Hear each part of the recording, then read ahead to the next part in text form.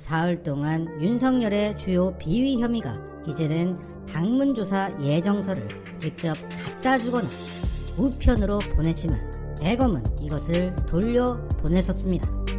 이로써 윤석열의 대검은 법무부의 대면 조사에는 불응하겠다는 의지를 분명히 한 것입니다. 이에 법무부는 예정했던 윤석열 대면 감찰 조사를 취소하면서 지난주 금요일에 이런 성명을 발표했습니다. 향후에도 법과 원칙에 따라 절차를 진행하겠다.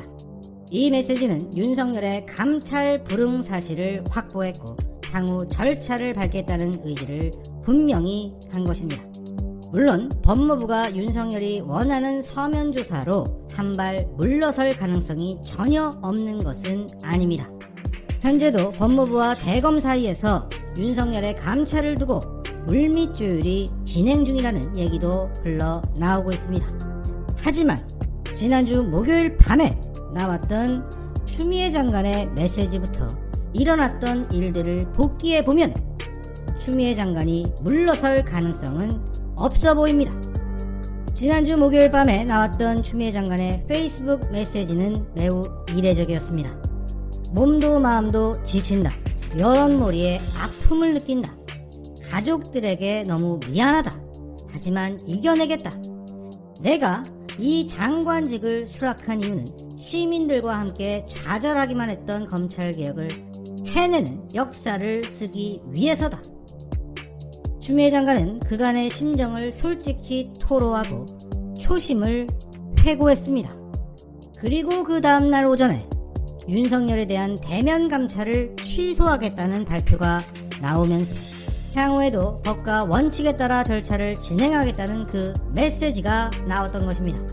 이러한 일련의 과정을 보면 추미애 장관은 적어도 목요일 밤에 중대 결심을 했고 내가 왜 이런 중대 결심을 할 수밖에 없었는지를 말했고 시민들께 지지를 호소했다고 보여집니다.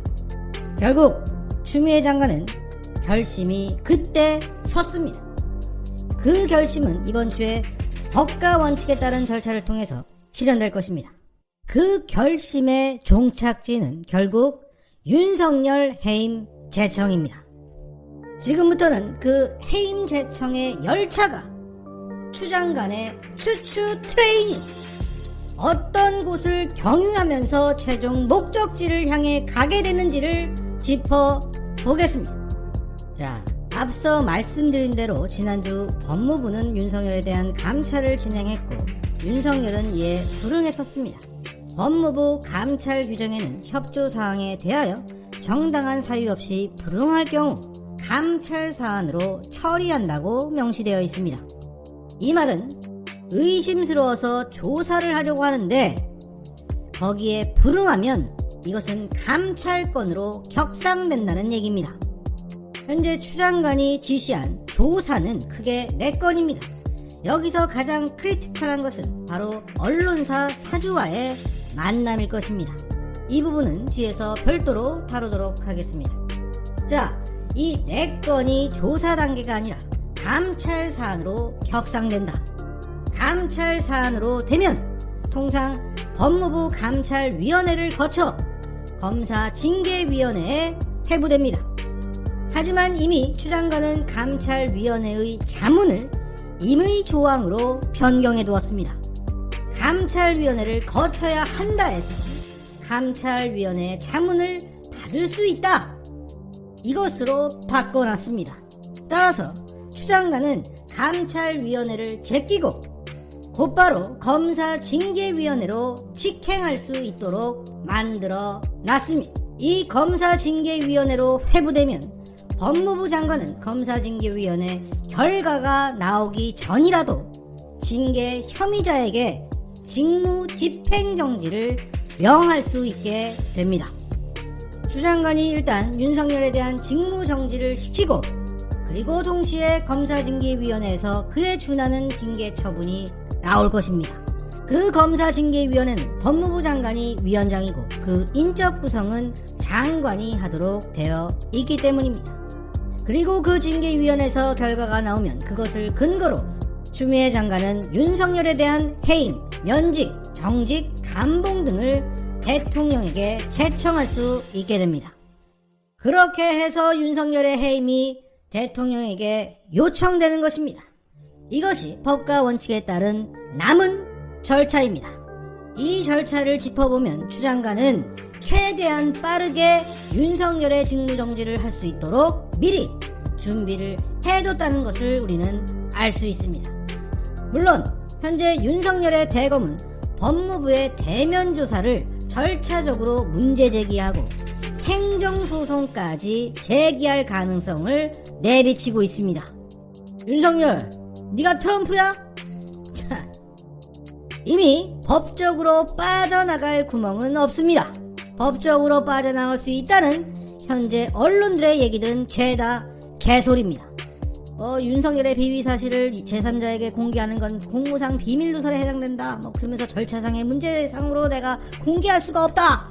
이런 식으로 막 얘기를 하고 있는데 법무부 감찰 규정에는 분명히 이렇게 명시되어 있습니다. 감찰 대상자에 대한 질문에 대한 답변, 증거물, 자료 제출, 출석과 진술서 제출 등 비롯한 감찰 수행에 필요한 사항에 협조하도록 하고 있습니다. 윤석열과 만났던 그 언론사 사주들이 빠져나갈 구멍은 여론전밖에 없는 겁니다. 추미애 장관은 그 결심이 섰을 때 그 목요일 밤 그 이례적인 메시지를 보낸 이유도 바로 여기에 있을 것입니다. 앞으로 저는 법과 원칙대로 밀고 나갈 테니 시민 여러분, 앞으로 벌어질 여론전에서 밀리지 말아주세요 라는 당부의 말씀이셨던 겁니다. 자, 정리하자면 추미애 장관님은 지난주 대면 조사를 시도해서 감찰 불응이라는 명분을 손에 쥐었습니다. 목요일 메시지를 보내시면서 향후 여론전에 대비할 것을 시민들께 당부하셨습니다. 감찰위원회 조항을 미리 바꿔둠으로써 이 윤석열 징계를 패스트트랙으로 처리할 것을 예고하셨습니다. 속전속결로 이놈의 목을 단칼에 베겠다. 시민들이 도와주면 이 멧돼지는 빠져나갈 구멍은 없다. 모든 준비는 끝났다. 이제 할 것이다. 이것을 천명하신 것입니다. 자, 이번 주부터 윤석열의 징계 절차, 윤석열 해임 패스트트랙 열차가 출발합니다. 푸푸.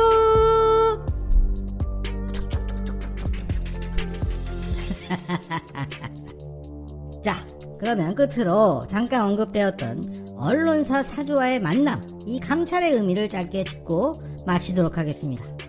그 뻔뻔한 윤석열도 국감에서 유일하게 답변 못했던 것이 바로 저 언론사 사주와의 만남건입니다.